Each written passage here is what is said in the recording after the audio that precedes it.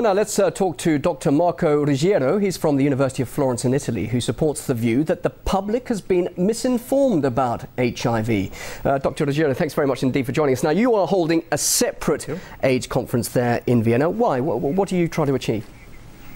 Well, I've been at both conferences. I've been at the conference organized by Dr. Christian Fiala on the 16th and 17th, and I'm also attending the 18th International Conference on AIDS that is going on in these days. And I presented two different sets of data.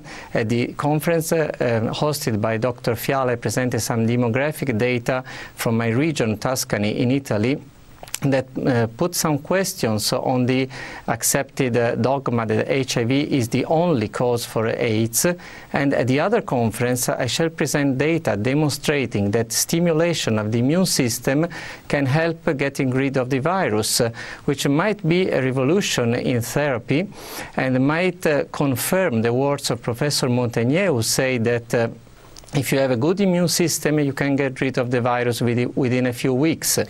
Actually, these data have been produced in collaboration with an American scientist of Japanese ancestry, Professor Nobuto Yamamoto, who gave us a protein to stimulate the immune system, and we have produced some data, and we shall present those data on Thursday, demonstrating that actually a powerful stimulation of the immune system can really help to get rid of the virus.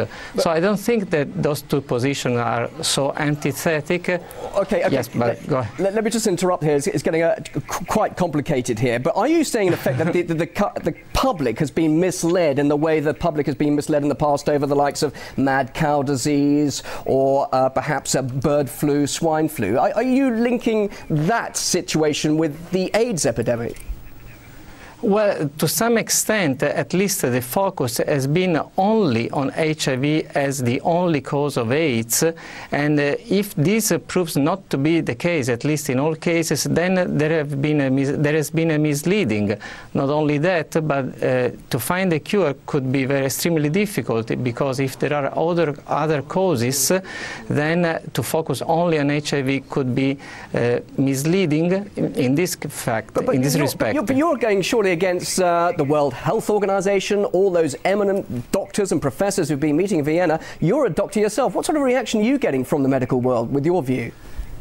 Well, to say the truth, in Italy we don't have any adverse reaction, and as a matter of fact we can teach freely that there are at least alternative views on AIDS, and we can teach this freely at the university. And actually we have been sponsored by the public health system of our region, who gave us the possibility to attend those two conferences. So we don't get any adverse reaction, and as a matter of fact our data seem to confirm the words of Professor Montagnier. So I think that in this respect, yeah. So wait a minute. Something like over 30 million people infected by HIV/AIDS. Are you saying to them, actually, they could have been treated in a different way and they wouldn't be suffering, or possibly the future looking very bleak and dying from this? Are you saying perhaps they've got it all wrong over the last year, since the early 80s?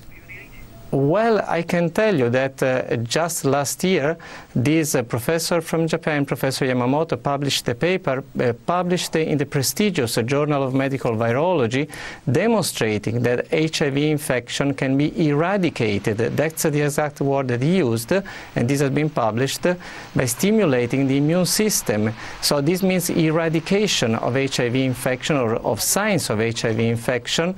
And so if this will be confirmed on larger clinical trials, because that was just a small scale clinical trial, then yes, I can tell you that HIV infection can be eradicated by properly stimulating the immune system. It's not so easy, but yes, we can say that there could be alternative cures that have already been published, and we are just confirming with our data those results.